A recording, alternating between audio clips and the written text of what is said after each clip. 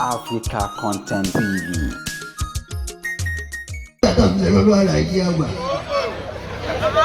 Àwọn èyí jẹun yọ́nà kàǹkú làwọn máa ń jẹ àtẹ̀kọ́ gbóyá. Bàbá wọn ìdíbẹ̀rù ni mo sọ ní ìrẹ́rẹ́ àwọn púpọ̀. Dákun jẹ́ máa bá sọ pé Allahumma salli. Allahumma salli. Ala Sayyidina Muhammadi wa ala alihi wa sahbihi wa sallim. Gbogbo ọdún wọn mo ti sọ ní ìrẹ́ púpọ̀. Nígbà mo wá kí ó tọ́lé bá Aláàjì àgbà, bàbá ló fi kẹ̀kẹ́ rálì gbé mi lọ yẹ́bọ̀ tó ń jóná. Àwa mo ṣàgbákò eríire, wọ́n wá dé yẹ́bọ̀ tù.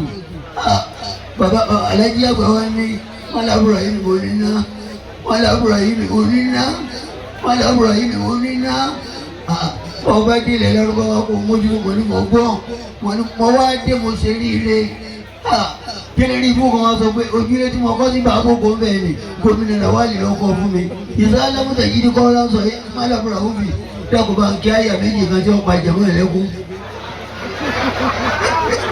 Dákun bá ń kí àyà méjì tí ó pa ìjàmọ́ ẹ̀lẹ́kùn. Káwá lò wọ́n ní wàásí àgbáyé ká ló ti dàrá jí àgbà bàbá wa Ádámù Lágége.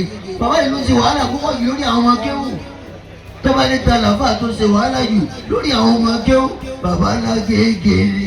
Bàbá Lágége ni jẹ̀mọ́ bá sọ pé Allahumma salli àbá kàtìbí àbá ti kò ní sórí ìbú mọ́. Wọ́n á bí bàbá lérè jọ kan mọ́ ní ẹ máa ń ṣàdúrà tó pa àdé sórí ìbú mọ́ sáà ti ṣèkan rí mi. Lórí ayé wàhálà rẹ pọ̀ àlẹ́ ò ní sórí ìbú. Alibarika wala alibarika Nabi wa Muhammad wala àwọn ẹni ọlọ́run bẹ alifila awla wala quwwata illa billahi al-aliyyil azim. Látọ̀dọ̀ àwọn àlùfáà àti bàbá.